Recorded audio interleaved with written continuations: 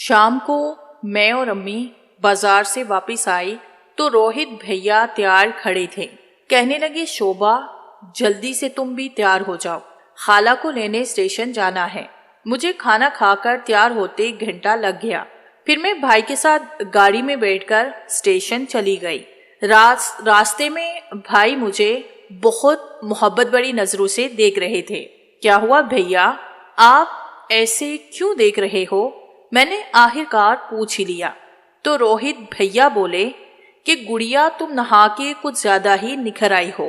میں بھائی کے منہ سے اپنی تعریف سن کر شرما گئی اور کہا کہ بھیا آپ تو ایسے بول رہے ہیں جیسے نہانے سے پہلے میں کم خوبصورت تھی۔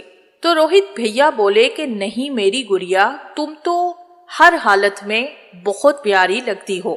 میں 2 دن سے یہ بات نوٹ کر رہی تھی کہ روہت بھیا کا مجھ سے پیار کسی اور ہی روح کو جا رہا ہے، لیکن معلوم نہیں کہ مجھے ان کا یہ انداز بھی برا کیوں نہیں لگ رہا تھا، نہ ہی میں ان کو منع کر پا رہی تھی۔ شوبھا میری دی ہوئی بنیان کل پہن رہی ہو نا؟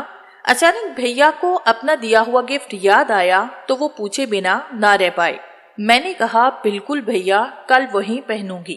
تو وہ بولے کہ پھر مجھے دکھاؤ گی؟ میں نے کہا بھیا مجھے عجیب سا لگتا ہے، پلیز اب ایسی فرمائش مت کرو جس کے پورا کرتے ہوئے مجھے شرم آئے۔ روہت بھیا بولے کہ یار گڑیا تم بھی نا پتہ نہیں کیوں اتنا گھبراتی اور شرماتی رہتی ہو۔ مجھے دیکھو، اس معاملے میں مجھے بالکل بھی شرم نہیں آتی۔ کل دوپہر مجھے ٹراؤزر پکڑاتے ہوئے تم نے میرا کانٹا دیکھا تھا نا؟ میں نے کار کی کھڑکی سے باہر دیکھتے ہوئے کہا جی بھیا میں نے دیکھ لیا تھا، کیونکہ آپ اچانک سے سامنے آ گئے تھے تو میری نظر پڑ گئی۔ روہت بھیا بولے کہ دیکھو میں اتنا بڑا ہوں، 6 فٹ کا انسان ہوں، لیکن تم کو میں نظر نہیں آیا، نہ ہی کوئی اور چیز نظر آئی۔ تمہاری نظر پڑی بھی تو سیدھی اسی پر۔ پتہ ہے کیوں؟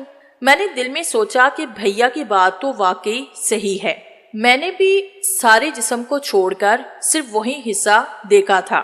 بھیا مجھے خاموش دے کر بولے کہ یہ اس لیے ہوا کہ تم دیکھنا ہی صرف وہی چاہتی تھی، اس لیے تمہاری نظر فوراً اسی پہ پڑی۔ میرے پاس بھائی کی لاجک کا کوئی جواب نہیں تھا، وہ سچ ہی تو کہہ رہے تھے۔ اس وقت میری نظر سیدھی کانٹے پہ پڑی تھی اور میں نے اچھے سے اس کو دیکھ لیا تھا۔ بھیا کہنے لگے کہ اگر انسان کا دل کسی چیز کے لیے آمادہ ہو تو پھر اس کو وہ کام کر لینا چاہیے، بلا وجہ اپنی آتما کو ترسانا نہیں چاہیے۔ میں نے کہا اچھا بھیا، بعد کی بعد میں دیکھی جائے گی، فی الحال تو گاڑی کہیں پارک کرو، ہم اسٹیشن پہنچ چکے ہیں۔ بھیا نے جب گاڑی کھڑی کی تو میں دروازہ کھول کر اترنے لگی، لیکن بھیا نے میرا بازو پکڑا۔ میں ایک ہاتھ گیٹ کے ہینڈل پہ رکھا اور دوسرا بھیا کے ہاتھ میں۔ میں وہیں پہ رک گئی اور سوالیہ نظروں سے روہت بھیا کو دیکھنے لگی۔ تو وہ بولے شوبھا میرا دل کرتا ہے کہ تمہاری، اس سے آگے وہ کچھ نہ بولے اور خاموش ہو گئے۔ میں نے کہا بھیا کھل کے بولیں، آپ کیا کہنا چاہتے ہو؟ روہت بھیا مسکرا کے بولے کہ کچھ نہیں، ایسے ہی تم کو تنگ کر رہا تھا، جب دل کیا تو بتاؤں گا، چلو اترو۔ میں ہنس پڑی اور گاڑی سے باہر نکل آئی۔ شام کے سائے لمبے ہو چکے تھے، سورج کافی ڈھل گیا تھا، پھر بھی ہوا میں تپش تھی۔ جلد ہی ہم دونوں پلیٹ فارم ٹکٹ لے کر اوپر آ گئے اور ادھر ادھر کی باتیں کرنے لگے۔ جلد ہی گاڑی آئی اور نیہا خالہ ہم دونوں کو دیکھ کر بہت خوش ہوئی اور بولی واؤ شوبھا، تم تو 1 سال میں ہی بالکل جوان ہو گئی ہو۔ 1 سال میں کیسا خوبصورت جسم بنا لیا تم نے، بالکل میرے جیسے دکھنے لگی ہو۔ میں خالہ سے اپنی تعریف سن کر شرما گئی اور روہت بھیا کی طرف دیکھا تو وہ بھی خالہ کی بات کا مزہ لے کر مسکرا رہے تھے۔ مجھے اپنی جانب دیکھتا پا کے وہ بولے کہ ہاں خالہ، ہماری گڑیا تو خوب جوان ہو گئی ہے، یہی بات میں بھی اس کو کہہ رہا تھا۔ وہ دونوں ہنسنے لگے اور میں شرما کے رہ گئی، جیسے میری چوڑی پکڑی گئی ہو۔ روہت بھیا نے خالہ کا سامان کار میں رکھا اور ہم تینوں گھر پہنچ گئے۔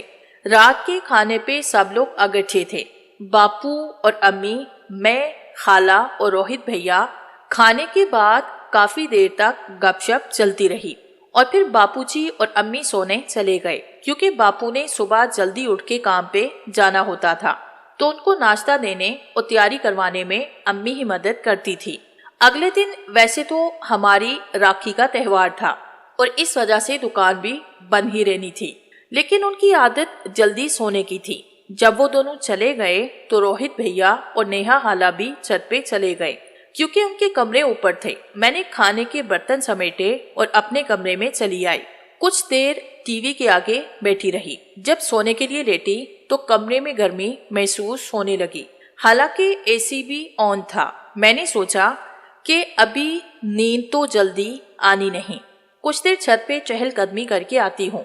मैं उठ खड़ी हुई, चप्पल पाँव में पहनी और छत पे आ गई। नेहा हाला के कमरे में लाइट जल रही थी, जरा भी थोड़ा सा दरवाजा खुला हुआ था। मैंने सोचा कि हाला अभी तक जाग रही होंगी, उनके पास चलती हूँ और गपशप में थोड़ा सा वक्त गुजर जाएगा। मैं जैसे ही कमरे में दाखिल हुई तो हाला का बेड खाली पड़ा था। मैं हैरान हुई कि रात के 11 बज रहे हैं, हाला कमरे में नहीं है। पता नहीं कहाँ चली गई हाला। मैंने वॉशरूम का दरवाजा देखा तो वो भी खुला हुआ था। इसका मतलब यही था कि हाला वॉशरूम के अंदर भी नहीं थी।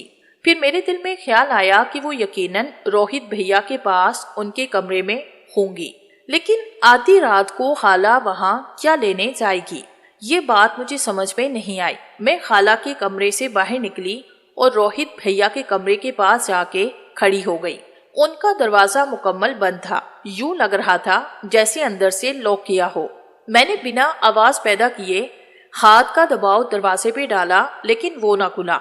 अब मुझे यकीन हो गया था कि भैया का दरवाजा अंदर से लॉक है। दरवाजे पे दस्तक देना मुझे मुनासिब नहीं लगा। मालूम नहीं कि वो अंदर क्या कर रहे हों।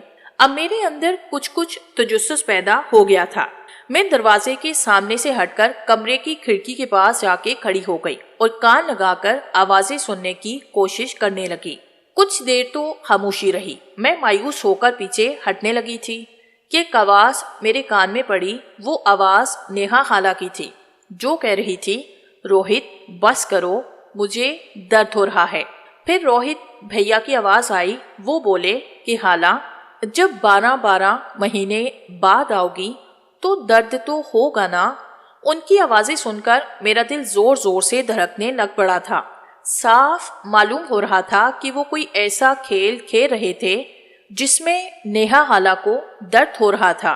फिर दोबारा से हाला की आवाज आई। वो कह रही थी कि रोहित पूरा चला गया है, अब हिलना मत, कुछ देर रुके रहो, मुझे थोड़ा सुकून का सांस लेने दो। भैया ने कहा कि ठीक है, लेकिन अभी तो पूरा नहीं गया, बस तुम्हारी गली कुछ ज्यादा ही तंग है। नेहा हाला बोली कि रोहित तंग क्यों ना हो, मैं कौन सा इसमें लोगों के ट्रक खड़े करती हूँ, साल बाद आप ही खड़ा कर रहे हो, या कभी कभार उंगली से रस निकाल लेती हूँ। फिर दरमियान में कुछ लम्हे खामोशी के आ गए, लेकिन इस खामोशी के बाद जो तूफान मचा वो थमने का नाम नहीं ले रहा था। कमरे के दरो दीवार हिल रहे थे और नेहा हाला की हल्की हल्की आवाजें बाहर तक सुनाई दे रही थी। यूं लग रहा था कि वो एक एक लम्हे का मजा ले रही हूँ।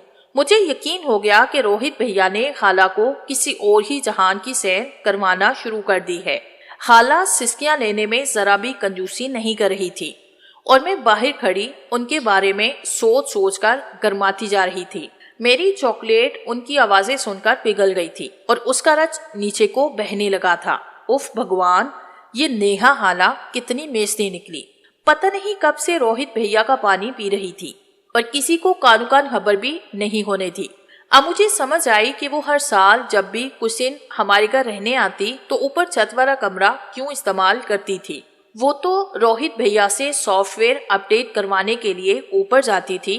कमरे में आहू और सिसकियों का तूफान मचा हुआ था और मैं दीवार से कमर टकराए बेताबी से उंगली अपनी वादी के किनारों पे फेर रही थी।